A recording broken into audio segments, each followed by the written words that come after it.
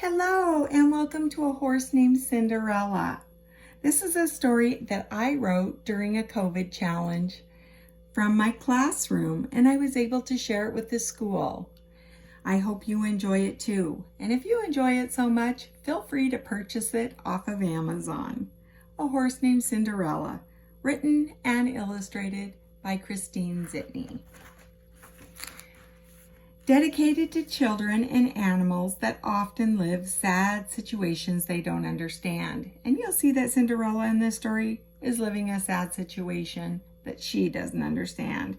May this story bring a smile to their faces and offer hope to their hearts.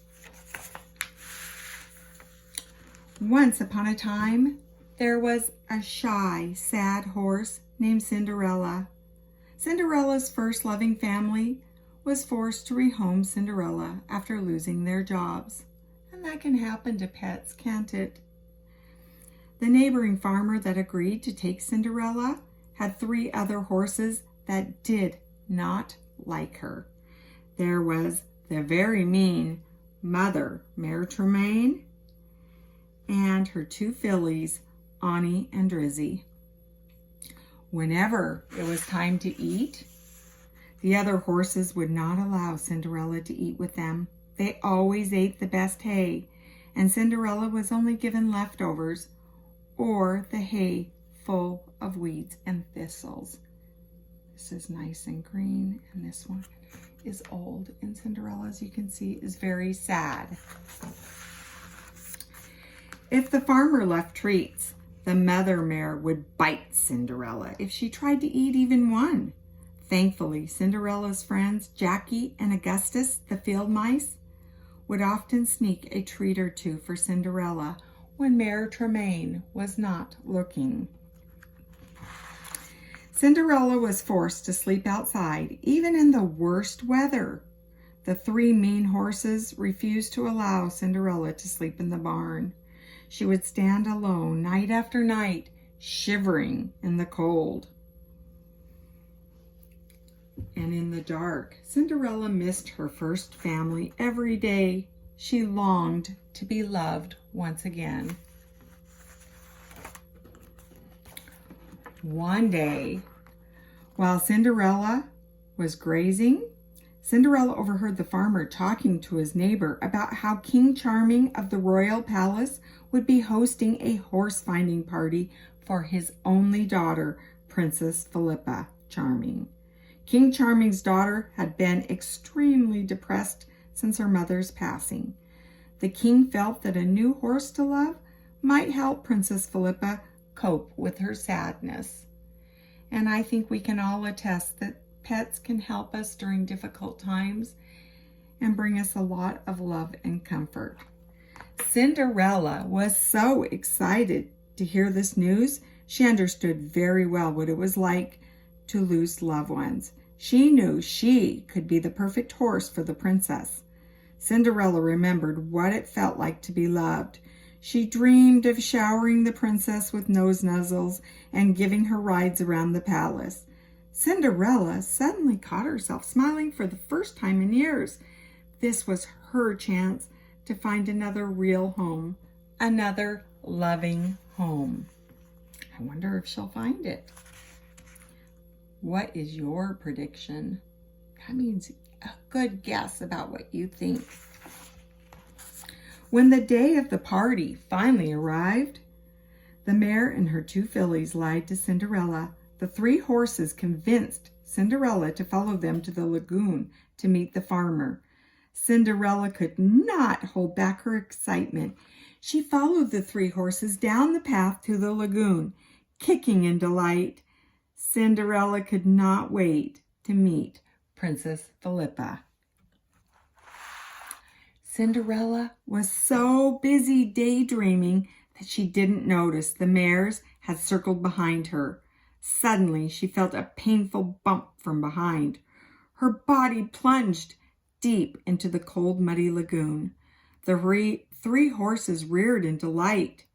Cinderella kicked and rolled desperately, trying to escape the thick, muddy trap. Oh my word, that is very unkind. As Cinderella thrashed around desperately, Mère Tremaine and her two fillies galloped up the path toward the barn, leaving her behind. Cinderella just could not understand why they had to be so cruel and unloving. After what seemed like an eternity, Cinderella managed to pull her mud-soaked body out of the lagoon. She ran as quickly as she could back to the barn. Panicked and exhausted, the farmer took one look at Cinderella and began scolding her. Now, when we get scolded, usually we get yelled at and we're in trouble. So, did Cinderella actually do anything wrong? No.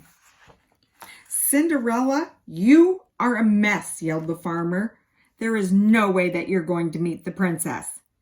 Hearing the farmer say those words literally broke Cinderella's heart. She could feel a deep, hot sting right in the middle of her stomach. This felt like the day her first family had given her away all over again. "Get out of here," he continued, yelling in his meanest, gruffest voice. "Go on, I said." Embarrassed and humiliated, Cinderella made her way to the sanctuary of the garden. Mère Tremaine and the fillies joyfully loaded into the horse trailer, letting out a sequence of whinnies, making sure that Cinderella knew they were going to the party and she was not. Eventually, the truck drove away and Cinderella was left behind. Poor Cinderella. Cinderella wandered around hopelessly. "My only chance for meeting the princess is over," Cinderella sniffled as she tried to hold back her tears. Cinderella's heart ached as she imagined the princess choosing another horse to love. Oh, she must be devastated. There she stood for a long time, just trying to understand what happened and why. How could Mère Tremaine and her fillies be so mean? Out of nowhere, Cinderella heard a tiny voice. "Dry your tears, Cinderella," a tan rabbit with a pink bow tie announced. "You cannot meet Princess Philippa looking like that." "Who are you?" gasped Cinderella.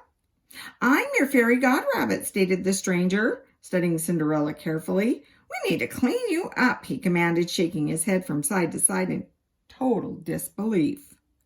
Before Cinderella could speak, the rabbit pulled out a beautiful rainbow-colored rose and began waving it in circles over the flowers as if he were stirring a pot of invisible soup. In the blink of an eye, a bright limousine appeared. The mysterious rabbit quickly spun around, looked into Cinderella's eyes, winked, and waved his rose again. Cinderella's best friends, Jockey and Augustus, were instantly transformed into drivers. "At your service," Augustus cheered. "I'm ready when you are," Jockey commanded. "Now," the rabbit mumbled, "let me make you a horse no princess can resist." He tapped the rose on Cinderella's leg as he sang, "1, 2, 3, hippity-hoppity-hee, you will see." He hopped around Cinderella, admiring his work. "Nice," he said in a drawn-out voice. "Quickly, get over there to the pond and look at your beautiful self," he said, confidently twirling the rose in big circles as he tapped his foot on the ground impatiently. "Oh, one last thing," the rabbit chanted. "Your shoes shall be made of gold." He bowed at Cinderella. 1, 2, 3, hippity-hoppity-hoo, now I'm through, he sang. The rabbit hopped around Cinderella one last time, making sure she was beautiful from head to hoof. What do you think? Oh my! Cinderella stared at herself in the reflection of the pond. She was speechless. If you want to go meet the king's daughter, Philippa, You need to go right now. Once the clock strikes midnight, all the magic will be gone, the fairy rabbit commanded. Don't forget, midnight. Not 1 minute passed. Cinderella rushed into the limo and away it went towards the palace of King Charming and Princess Philippa. As Cinderella pranced into the grand arena of the royal palace, she felt special, incredibly special. Princess Philippa noticed her right away. Nobody at the party recognized her, not the Mother Mare or her fillies. Princess Philippa quickly made her way over to Cinderella. Princess Philippa rode Cinderella all night. Occasionally she would stop to give Cinderella some fresh carrots. Cinderella loved every moment. She felt tremendously important. Princess Philippa smiled and laughed for the first time in months. Cinderella knew she and the princess were meant to be together. Look at them there. That is a special bond. Cinderella and the princess were having so much fun that Cinderella lost track of time. Suddenly, the clock began to ring. It was midnight. She remembered the rabbit's words. Midnight, not a minute later. Each strike of the clock echoed in her ears. One of Cinderella's bright-colored roses fell to the ground. The rainbow in her mane began to loosen. Cinderella panicked. Now, when you panic, it means you get really nervous. We can all panic for different reasons. Cinderella was terrified that Mare Tremaine and her fillies would recognize her. She knew that if they spotted her, things would be even worse back on the farm. Cinderella turned and rushed out of the arena door. She did not look back, not even once, or take the time to say goodbye to the amazing princess. Princess Philippa had not even learned Cinderella's name. Once outside, Cinderella realized the limousine had vanished. All that remained were some lifeless flowers scattered on the palace driveway. Jackie and Augustus were gone too. Cinderella galloped as fast as she could for miles, barely breathing, until she could see the outline of the barn in the pale moonlight. It was only then that she realized one of her golden horseshoes had fallen off along the way. A terrible storm rolled in. Rain fell, thunder boomed, and lightning flashed across the sky. Cinderella shivered alone in the cold, longing to be with the princess again.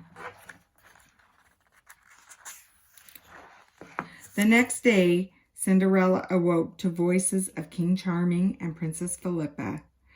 Cinderella could hardly believe her ears. She could hear King Charming telling the farmer that there would be a reward for anyone that could locate the mysterious white horse that abruptly left the party the previous night. Princess Philippa had grown to love that horse and wanted her to be a part of the royal family. You see Cinderella looking. As the king and the princess turned to leave, the princess caught a glimpse of Cinderella hiding behind the barn. "Daddy!" Princess Philippa shrieked, pointing to Cinderella. "That is my horse!" The king glanced at Cinderella momentarily, his smile quickly turning to a frown, showing Cinderella his disapproval. "No, sweetie, that is a dirty farm horse," the king consoled. "We do not want that horse. Probably has fleas." The king rubbed the princess's arm and nudged her towards the truck. "You can have any horse in the whole world. Let's go and find your horse." "Just an FYI for your information," Princess Philippa announced. "I am not leaving without my horse." Cinderella's heart lit up. Mare Tremaine and her two fillies could not make sense of the princess's behavior. They knew it had to be a mistake. After all, they had pushed Cinderella in the lagoon, and Cinderella did not even go to the party. "Try the golden horseshoe on her, Daddy, you'll see," Princess Philippa demanded, digging her heels into the ground, "or I'm not leaving." The king, not wanting to upset his beloved daughter, reluctantly agreed. Cinderella had never been so worried about anything in her whole life. She shook in anticipation as King Charming approached. She slowly lifted her leg. The king pulled the gold horseshoe out of his pocket and placed it against her hoof. It fit perfectly. "It's her!" The princess jumped up in excitement. "I knew we would find you." The princess began to cry. "I love you. I love you. I love you," she shrugged. She said, hugging Cinderella. Princess Philippa turned and yelled to the farmer, "What is her name?" "Her name is Cinderella," the farmer struggled to say. "At least, that is what her first family called her." The king was convinced Cinderella was not the horse from the party, but he was not going to argue with his determined daughter. The king was thankful to see Philippa smile, her beautiful smile once again. King Charming and the farmer agreed that Princess Philippa could have Cinderella. Cinderella, Princess Philippa, and King Charming drove away, never looking back. And they lived happily ever after. I hope you enjoyed this story, and I hope that maybe someday you will get to rescue a pet of any kind. They are certainly important parts of our life. And if you like this story, you can buy it on Amazon. I hope you do.